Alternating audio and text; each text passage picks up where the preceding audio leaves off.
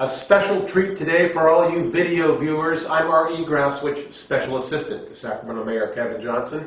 We've got an exclusive interview with the mayor today, only for you folks watching on the video. This is a video exclusive.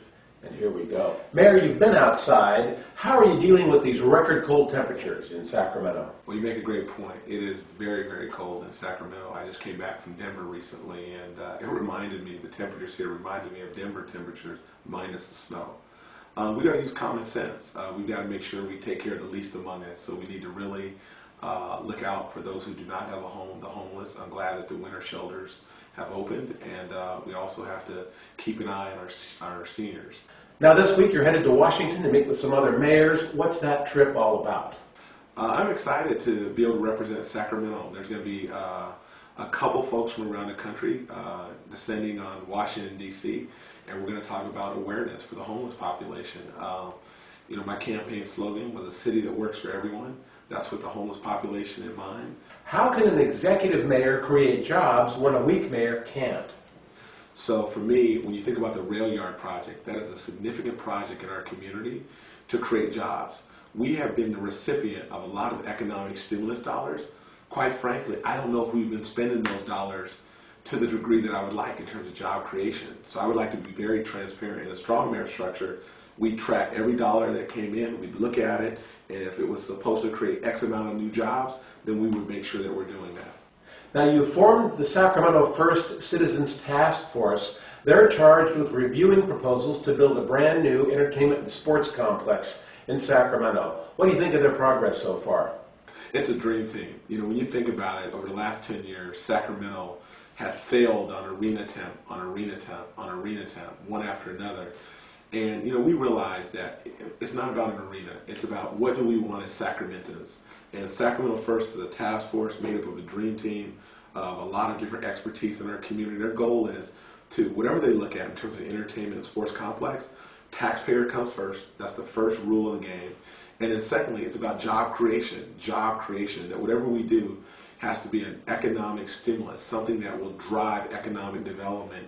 Last summer, you said you would visit with the Westfield Corporation and discuss the future of the downtown plaza in Sacramento. How are those discussions going?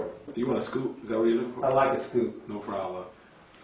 So back in August, to your point, I went down, flew, and met with the family that owns Westfield, and talked to them, had a very honest conversation. And what I wanted to do is one of two things: either invest heavily, substantially, like you have done in some of your other projects, Roseville and San Francisco and San Diego. And if you don't want to invest to that degree, then sell your property. And after a half hour or so meeting, we agreed that we were going to spend the next 3 to 4 months between now and the end of the year trying to see if we could create a win-win between Westfield and the city of Sacramento. That 3 to 4 month period is up, and while we've made some progress, I think we're at a critical juncture in our relationship. So I flew back down and met with the same group of people that I met back in August, and we agreed that it was probably best for them as a property owner of a major asset in the city of Sacramento to be willing to sell the property and to see if we can get a buyer to come in and buy that property and invest to the degree that we'd like, and hopefully do something transformative, reimagine the downtown Westfield Mall in a way that serves all the retailers that work and occupy space there, but certainly the greater Sacramento. We want to create a world-class destination regional mall downtown, and we have we have a long way to go in terms of that.